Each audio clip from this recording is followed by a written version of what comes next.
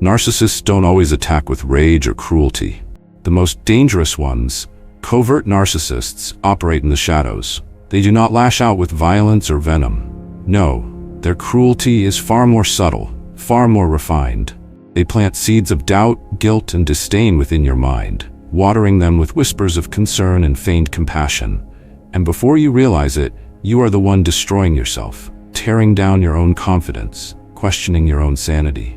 The worst betrayal doesn't come from an open strike. It comes from the slow corrosion of your own reality by someone who pretends to love you.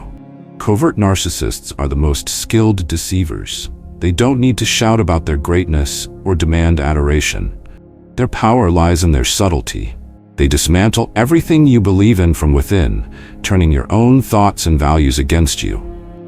They operate through emotional manipulation, slowly reshaping your perception until you no longer recognize yourself. Stoicism teaches us that the most insidious enemy is the one that infiltrates your mind, corrupting your judgment without you even realizing it. As Marcus Aurelius said, the mind adapts and converts to its own purposes the obstacle to our acting. But what if the obstacle is your own manipulated mind? What if your thoughts have been twisted by the very person you trusted most? A covert narcissist will never confront you directly. They don't need to. Their weapons are not blunt or obvious. They come disguised as love, concern, or even humility. They make you question your own worth, your own morality, your own reality. And by the time you realize what's happening, the damage is already done. Today, in part 1 of this exploration, we will uncover 5 of the most dangerous techniques covert narcissists use to break you down from within. These are methods so subtle, so skillfully applied, that you often don't even realize you've been manipulated until it's far too late. But knowledge is power. Once you see the knife, it can no longer pierce you. Part 2 will reveal 5 more tactics that these deceivers use to control, undermine, and destroy you. But first, let's examine the initial 5 weapons they wield. If you find these insights valuable, like, share, and subscribe to Victory Stoic. Let us know in the comments below if you have encountered these tactics yourself, or if you have found ways to overcome them. Your story could be the shield someone else needs to protect themselves. Now let's begin. Number 1. Feigning humility. Do not be misled by appearances. A man's humility can be nothing more than a tool for control, a mask for arrogance. Seneca. The Stoics warned us about those who hide their malice under layers of feigned modesty. They spoke of men who bow their heads only to conceal their sharpened claws. The covert narcissist is a master of deception. Unlike the brash arrogance of the overt narcissist, the covert narcissist prefers a subtler approach. They present themselves as humble, self-effacing, and gentle. They claim to be uninterested in recognition, indifferent to praise. But make no mistake, their humility is a ruse, a performance designed to manipulate, to disarm, and to control. Consider the story of Michael Grant, a young man working his way up in the competitive world of marketing. Michael was ambitious but grounded, determined to succeed through hard work and creativity. One of his mentors, Richard, was revered in the company for his supposed humility. Richard spoke in calm, measured tones, always prefacing his advice with disclaimers like, "I'm no expert, but," or "I'm just trying to help." He made a show of downplaying his own achievements, constantly insisting that others were more talented, more deserving of praise. But beneath Richard's veneer of modesty lay a deep-seated need for control. He would offer Michael advice laced with doubt, masked as concern. "You're so talented, Michael, but I worry that you might be pushing yourself too hard. Success is fleeting, you know. Maybe you should pace yourself." When Michael proposed bold new ideas, Richard would smile, tilt his head, and say, "It's ambitious, I'll give you that, but perhaps it's too ambitious." Richard's feigned humility was designed to implant seeds of doubt, to make Michael question his own judgment. But it went deeper than that. Richard would frequently mention his own shortcomings in a way that forced others to praise him. "I'm not as talented as you, Michael," Richard would say. "I just do what I can to support you." And whenever Michael accomplished something noteworthy, Richard was quick to frame it as a result of his own guidance. "I'm so proud of you," he would say. "I knew you could do it, with the right mentorship." What Richard sought was not admiration, but control. His humility was a tool, wielded to keep Michael dependent on his approval. And for a time, it worked. Michael began second-guessing himself, attributing his successes to Richard's guidance rather than his own talent. Richard's words were poison, slowly sapping Michael's confidence. Psychologists refer to this behavior as false humility, a manipulative tactic where individuals downplay their own abilities or accomplishments to elicit praise, sympathy, or control.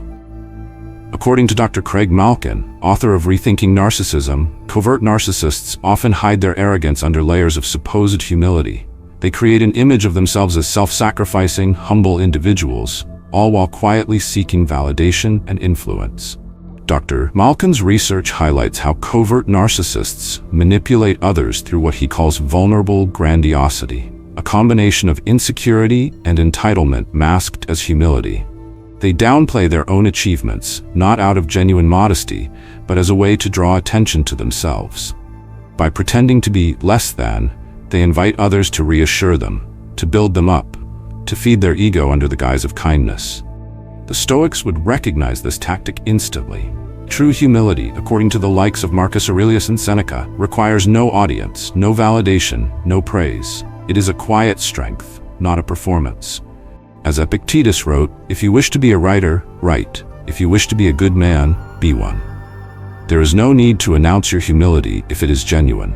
Michael eventually saw through Richard's facade. It happened during a project where Michael's creativity led to unprecedented success for the company. Instead of celebrating the achievement, Richard made subtle remarks about how the project had been too risky and how Michael was fortunate it worked out. When Michael began receiving recognition from higher-ups, Richard's masks slipped. His bitterness became evident. His humility was nothing more than a weapon, a means of controlling Michael's growth by making him doubt his own abilities. Once Michael recognized this, he applied the principles of Stoicism to reclaim his own mind. He stopped seeking Richard's approval, stopped allowing Richard's false humility to dictate his actions. Marcus Aurelius wrote, "The best revenge is not to be like your enemy." Michael understood that the only way to break free from Richard's manipulation was to cease responding to it altogether.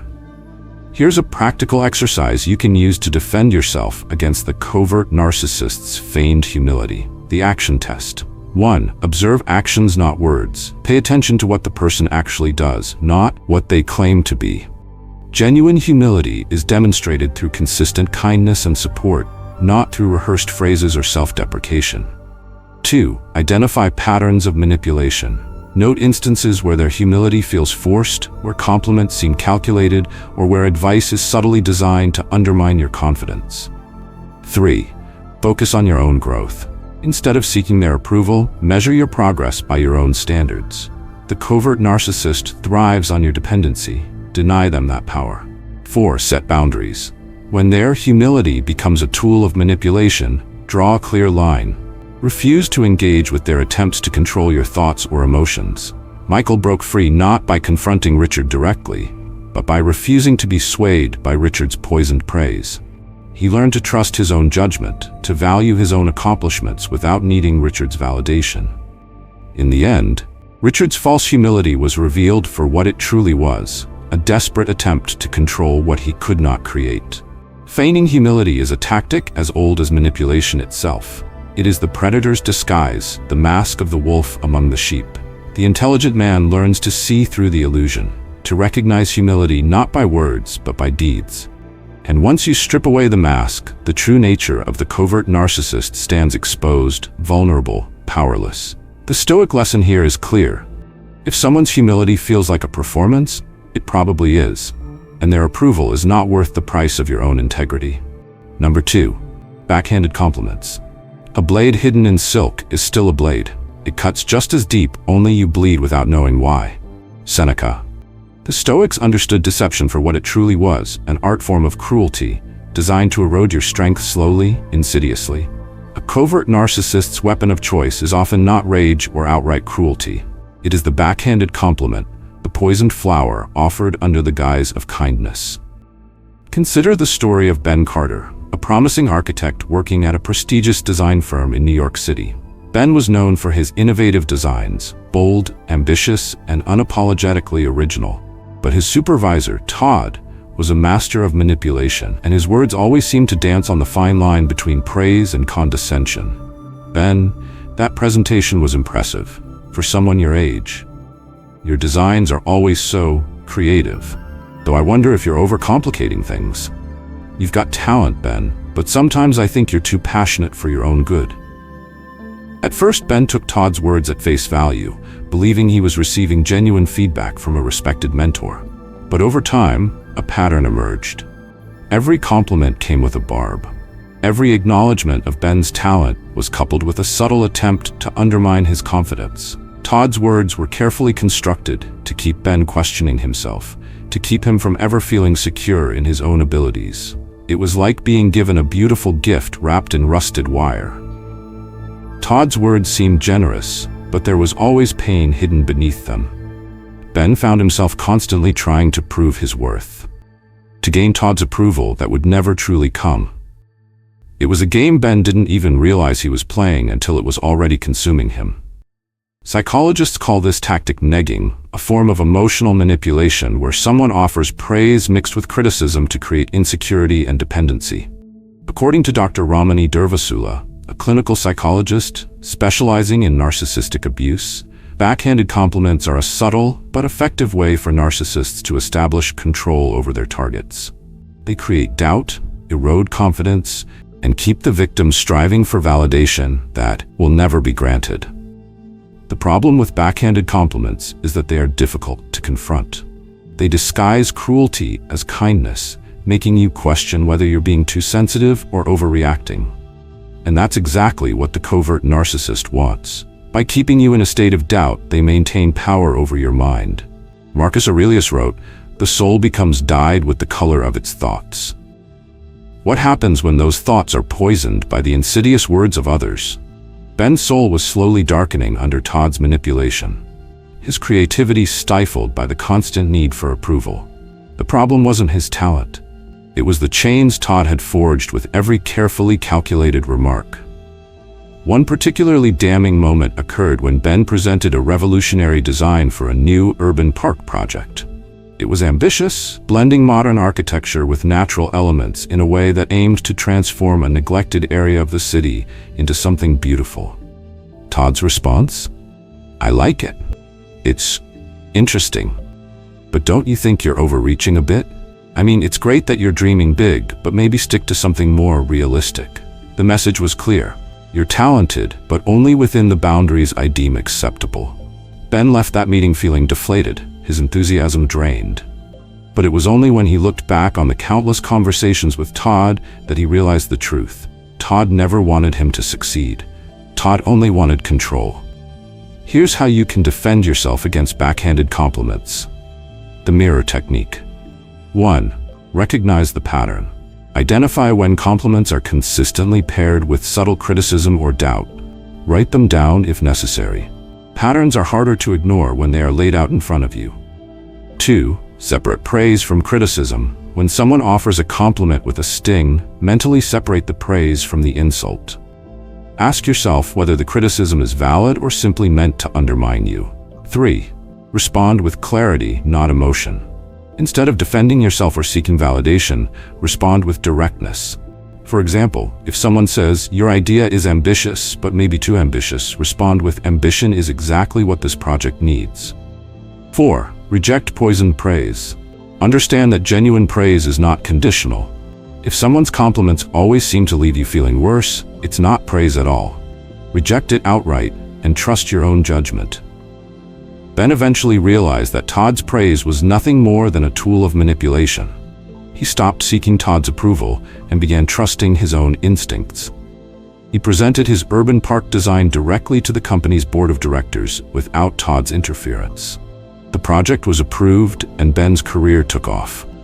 But Todd's poisoned words had left scars. Ben had spent months questioning his own abilities, doubting his own worth. It took time to rebuild his confidence, to strip away the layers of doubt Todd had carefully cultivated. But by embracing the teachings of Stoicism, Ben reclaimed his strength. The Stoics taught that one's mind is the only fortress that must never be breached. As Epictetus wrote, "No man is free who is not master of himself." Ben learned that true mastery meant refusing to allow Todd's words to infiltrate his own sense of worth. The lesson here is brutal but necessary. Not all enemies attack openly. Some hide their cruelty behind praise. They disguise their envy as guidance, their malice as concern. And if you do not learn to recognize their tactics, you will find yourself slowly stripped of your confidence, your clarity, your strength. Ben's experience taught him that not all praise is genuine. Not all guidance is given in good faith, and not all friendships are worth preserving. The intelligent man learns to separate truth from deception, to discard the praise that seeks only to bind him in chains. If you find yourself constantly questioning your own abilities, ask yourself, who is planting those doubts? Who is offering you poisoned praise, and are you willing to sever the chains they have wrapped around your mind? Because if you are, then you have already taken the first step toward freedom. Number 3, triangulation, the puppet master's game. Some people do not conquer by force, they conquer by confusion. By whispering words laced with venom into the ears of those you trust, they set fire to friendships and watch the flames consume everything you hold dear. They are the puppet masters, pulling strings not to create art, but to orchestrate chaos. They are the covert narcissists who thrive on triangulation. Triangulation, a word that sounds harmless, almost technical. But when wielded by the wrong hands, it becomes the most insidious of weapons. A covert narcissist doesn't need to raise their voice to destroy you. They simply need to set you against your own allies and watch as the fractures deepen. Think of it like a spider's web, each thread carefully spun to capture, to control. They place themselves at the center, whispering contradictions into every strand. Friend against friend, sibling against sibling, mentor against student. And all the while, they smile with feigned innocence, claiming only to have the best of intentions. Consider the story of Rachel Mitchell, a talented writer living in Boston. Her work was gaining recognition, her reputation growing steadily. She had a circle of friends who supported her creativity, particularly her closest confidant, Lauren. They had known each other since college, shared dreams, fears, ambitions. They were inseparable, until Mark entered the picture. Mark was another writer, one whose charm was as deceptive as his intentions were cruel. He befriended Rachel, but his true interest lay in undermining her from within. His strategy was simple: turn Rachel and Lauren against each other, piece by piece. He would tell Rachel that Lauren had been bad-mouthing her work, criticizing her lack of originality. "I just thought you should know. I care about you, Rachel. I don't want anyone to sabotage your progress." And when Rachel would confront Lauren, Mark would offer his sympathy. "She's always been so sensitive, hasn't she? It's like she's looking for reasons to be upset." To Lauren, he would share fabricated stories of Rachel's envy and disdain. "Rachel's been saying you're too obsessed with your own success, that you don't care about anyone else." He made himself the trusted confidant of both women, all while dismantling their friendship piece by piece. Mark's goal was never to help Rachel or Lauren. It was to isolate them, to keep them tethered to him for validation and support. He thrived on their discord, feeding on their confusion like a parasite draining its host. Psychologists define triangulation as a manipulation tactic where one person creates conflict between two or more individuals to maintain control or enhance their own power. According to Dr. Ramani Durvasula, a specialist in narcissistic abuse, triangulation is a classic tactic of covert narcissists. They seek to create chaos because chaos gives them power. The more fractured your relationships become, the more isolated you feel. And the more isolated you feel, the more dependent you become on them. What makes triangulation so effective is its subtlety. The covert narcissist rarely makes outright accusations. They sow doubt, plant suggestions, manipulate perceptions. They thrive on whispers and shadows, on ambiguity and suspicion. Marcus Aurelius wrote, "Never let the future disturb you. You will meet it, if you have to, with the same weapons of reason which today arm you against the present." But how do you arm yourself against an enemy who fights without ever drawing a sword? How do you defend yourself against someone whose weapon is nothing but their own twisted words? Mark's manipulation eventually became clear to Rachel. Not through confrontation, but through reflection. She realized that her arguments with Lauren always seemed to occur after conversations with Mark. that her doubts and insecurities had been amplified by his carefully placed words. It was like waking from a fever dream, her mind fogged by confusion, only to realize that she had been poisoned all along. But the damage had been done. Her friendship with Lauren was scarred, perhaps irreparably. And Mark? He moved on to his next victim, leaving Rachel to pick up the pieces of a relationship he had shattered for his own amusement. The most insidious aspect of triangulation is that it makes you question your own reality. You begin to doubt your own thoughts, your own feelings, your own perceptions. And in that doubt, the covert narcissist plants their roots. A lesser man would seek vengeance, but the intelligent man understands that revenge is just another string for the puppet master to pull. The true path to freedom is not in retaliation, but in detachment. To recognize the manipulation for what it is, to refuse to engage in the chaos they manufacture, to sever the threads they have so carefully woven. Rachel chose the path of Stoicism. She cut Mark from her life, severed the threads of his manipulation with the precision of a blade. She approached Lauren with honesty, not accusations. She admitted her own part in the conflict, acknowledged the manipulation, and allowed Lauren the space to heal in her own time. But the wounds remained. Mark's tactics had done their damage.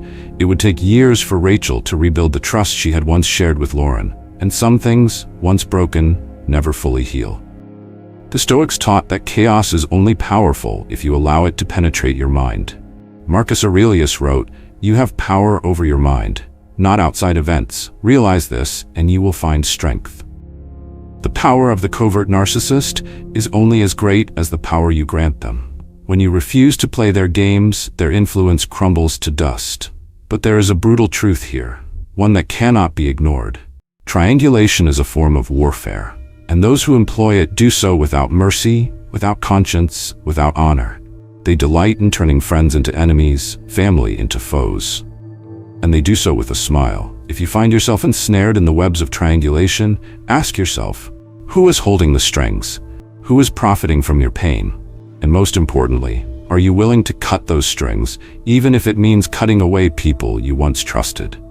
Because if you are not, then the puppet master will continue to dance you to their tune. And the only way to win their game is to refuse to play. Number 4. The Martyr Complex. A cage made of guilt. No blade cuts deeper than the one you willingly hand to your lover. And no prison is more secure than the one built from your own sense of guilt. This is the hell that covert narcissists forge with their false sacrifices. They do not use chains, they use devotion. They do not threaten you with anger, they imprison you with guilt. Consider the story of Sarah and Luke. They met in college, their connection immediate and intense. Luke presented himself as the perfect boyfriend, attentive, generous, utterly devoted. He insisted on helping Sarah with her studies, supporting her dreams, and encouraging her ambitions. He gave and gave, always claiming to want nothing in return. But his gifts were not gifts. They were debts. Every act of kindness Luke offered came with a silent price tag.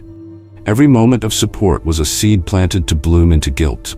Sarah would later realize that his generosity was not about love, it was about control. The more Luke gave, the more he could hold over her. "I've done everything for you, Sarah. I've sacrificed so much, and yet you're so ungrateful." It started small. Luke would offer to stay up all night helping Sarah with a difficult assignment, only to later use that gesture as leverage. "I was exhausted the next day because I spent my whole night supporting you. You owe me." As their relationship deepened, Luke's sacrifices became more elaborate, more dramatic. He would cancel plans with his own friends, miss important work meetings, or spend money he couldn't afford. All supposedly for Sarah's sake. But these sacrifices were traps. Whenever Sarah tried to assert herself, to pursue her own interests, Luke would remind her of all he had done. "After everything I've given you, this is how you repay me?" His voice was not angry. It was wounded. It was sad. It was expertly crafted to make Sarah feel like the villain of her own story. What Luke excelled at was the art of emotional martyrdom. He painted himself as the perpetual victim, the saint whose only flaw was caring too much. Sarah found herself apologizing constantly, not even sure what she had done wrong. Luke's sacrifices were not gifts, they were chains, and the guilt they induced was stronger than any lock. Psychologists call this manipulation tactic the Martyr complex. According to Dr. Harriet Breaker, author of Who's Pulling Your Strings, emotional martyrs thrive on guilt. They engineer situations where their sacrifices appear noble and selfless, but are designed to manipulate the target into feelings of indebtedness and shame. It is a tactic born from insecurity and wielded with precision. The Stoics had a word for this kind of deceit: prohairesis, the rational faculty that determines our actions. As Epictetus taught, no man is free who is not master of himself. The covert narcissist uses guilt to corrupt your rational mind, to twist your own conscience into a weapon against you. The worst part of Luke's manipulation was not his words. It was the effect they had on Sarah's mind. She began to question her own morality. Was she truly ungrateful? Was she as selfish as Luke suggested? The more she tried to make things right, the more Luke's demands grew. It was like trying to fill a bottomless pit with sand. The tragedy was that Luke's sacrifices were never real. They were performances. And like any actor, Luke expected applause. When Sarah tried to leave the relationship, Luke's tactics grew more desperate. "I've given you everything, Sarah. Without me, you'll be lost. No one else will ever care for you like I have." His voice cracked, his tears genuine, but his motives were not. Marcus Aurelius wrote, "If it is not right, do not do it. If it is not true, do not say it." Luke's gestures of sacrifice were built on lies. Not outright deceit, but something more dangerous: deception through distortion. He made Sarah believe that his generosity was pure, when in truth it was nothing but manipulation wrapped in false kindness. Eventually, Sarah found clarity. Not through confrontation, but through detachment. She stopped trying to make Luke happy. She stopped apologizing for sins she had not committed. She realized that true kindness asks for nothing in return. It does not keep score. It does not demand penance. Sarah left Luke. It was not a dramatic exit, but a quiet act of liberation. She stopped responding to his guilt traps, his accusations of ingratitude, his desperate attempts to pull her back into his web. And once she severed those threads, she began to rebuild herself. Here's the brutal truth. A covert narcissist's sacrifices are nothing but a poison-laced gift. They give only to gain. They love only to control. Their kindness is counterfeit, their generosity a snare. The Stoics understood this. They taught that true generosity is given freely, without expectation, without desire for recognition. As Seneca wrote, "The wise man is self-sufficient, yet he knows how to benefit from others and how to give others a benefit. A man who gives only to receive is not generous. He is a merchant trading in guilt and shame." Luke's mistake was not just in his manipulation, but in his belief that his false sacrifices could bind Sarah forever. He underestimated her strength. He underestimated her will. And when she reclaimed her own mind, his power crumbled to dust. If you find yourself in a relationship where every act of kindness is used against you, where every sacrifice becomes a debt, understand this. You are not the villain. You do not owe them your soul. True love does not demand submission. True kindness does not manipulate. True sacrifice does not keep score. Sarah's liberation was not an act of revenge. It was an act of clarity. The intelligent man or woman understands that true freedom lies not in appeasing others, but in reclaiming one's own mind. And once you have done that, no covert narcissist can ever bind you again. Number 5. Projecting insecurity. The mirror of blame. Nothing enrages a covert narcissist more than your success. To them, your achievement is not a testament to your hard work, talent, or resilience. It is a mirror reflecting their own inadequacies. And so, they do what they do best. They shatter that mirror with venomous words, twisting their own insecurities into daggers meant to wound you. Projection. It is a psychological defense mechanism where someone attributes their own flaws, failures, and insecurities to another. But when used by a covert narcissist, it becomes an art form of cruelty, a weapon forged in bitterness. Consider the story of James Connolly, a self-made entrepreneur from Chicago. James came from nothing, grew up in a rough neighborhood, clawed his way through college with part-time jobs, and built a thriving real estate business through sheer determination and intelligence. His success was hard-earned, the kind of success others claim to admire but secretly despise. One of those people was Ethan, a childhood friend who had remained in James's life like a ghost unwilling to be laid to rest. Ethan had failed at almost everything he tried. Failed businesses, failed relationships, failed ambitions. Yet, he never held himself accountable. To Ethan, the world was always to blame. When James's business began to boom, Ethan's envy emerged like a disease. "You got lucky, James. You were just at the right place at the right time. It's not like you're some genius. The market was just in your favor." Ethan couldn't accept that James's success was legitimate.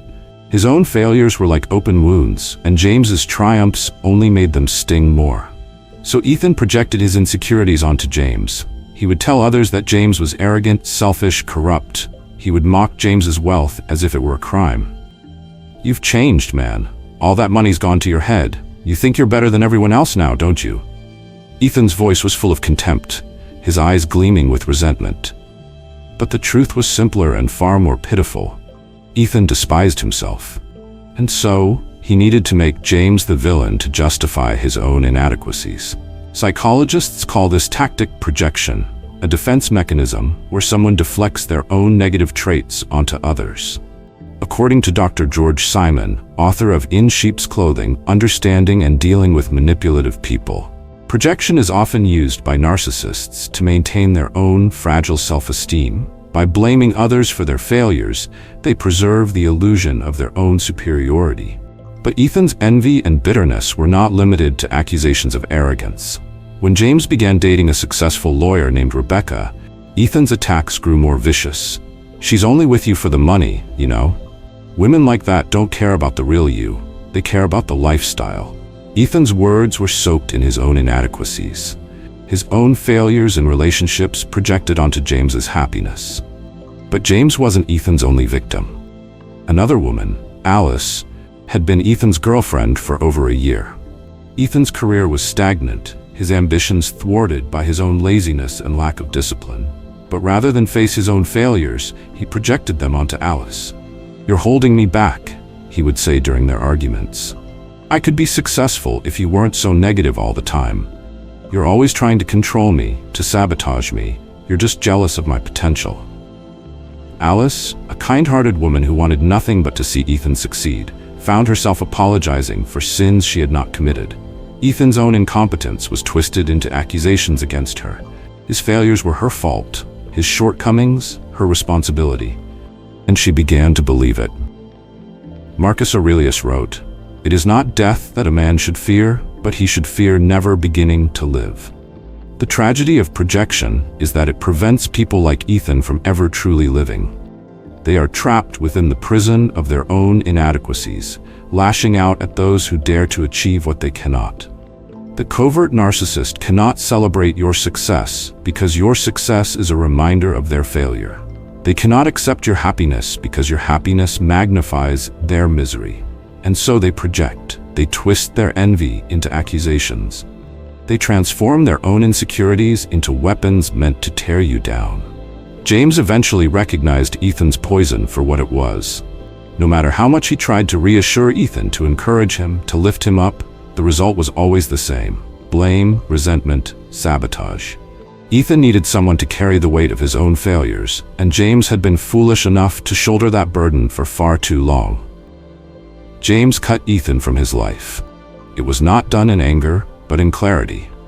The realization that some people will never be content to see you succeed. That their own hatred for themselves will always bleed into their interactions with you. And that the only way to protect yourself is to sever the connection entirely. Alice, too, eventually freed herself from Ethan's manipulation.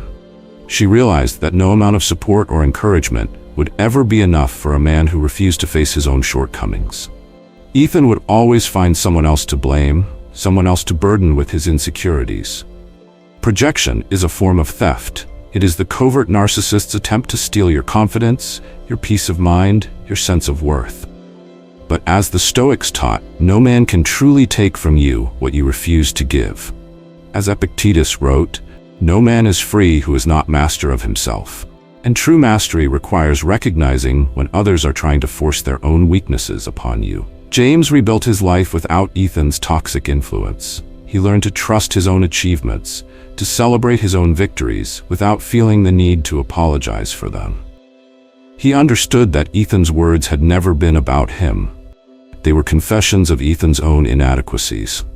The intelligent man understands that projection is nothing more than a mirror held up by a coward. And once you recognize it for what it is, the reflection loses all power. Ethan's words were nothing but the echoes of his own failures, distorted and desperate. If you find yourself accused of arrogance, selfishness, greed, or cruelty by those who should support you, ask yourself, who is truly speaking? Is it your own reflection, or is it theirs? Because once you see the truth, the chains of their projection will fall away like dust. Conclusion. The truth about covert narcissists is far darker than most realize. They don't merely wound you with words or actions, they slowly unravel your very sense of self. They make you doubt your memories, your morals, your own mind. And the worst part? They do it all while wearing a mask of kindness, humility, or even love. In part 1, we have uncovered 5 of their most insidious tactics. They feign humility to manipulate your compassion. They offer backhanded compliments designed to erode your confidence. They ignite conflicts between you and others to isolate and control you. They weaponize sacrifice, making you feel indebted to them. And they twist your own memories, planting falsehoods that leave you questioning what is real. If you recognize any of these techniques in your own life, understand this. You are not crazy. You are not weak. You are being manipulated by someone who preys on your kindness, your empathy, your willingness to forgive. Recognizing the tactics is the first step to reclaiming your power. But the truth is, we have only scratched the surface. Covert narcissists have many more weapons at their disposal, and their cruelty knows no limit. They will continue to refine their tactics, to exploit every weakness, to break you down until you are nothing but a shadow of who you once were. But you don't have to let them win. In part 2, we will delve even deeper into their arsenal. 5 more methods, each more sophisticated and devastating than the last. The Stoics understood that true strength comes not from external power, but from mastery of one's own mind. And if you want to defend yourself against these manipulators, you must fortify your mind against their influence. If this video has helped you recognize the subtle manipulations of covert narcissists, make sure to like, share, and subscribe to Victory Stoic. Your support helps spread these lessons and empower others who are still trapped in the darkness of manipulation. Comment below with the phrase, "I reclaim my mind," or share your own story of overcoming manipulation. Your words may be the light someone else needs to find their way out. Thank you for watching, and prepare yourself for part 2. The worst is yet to be revealed.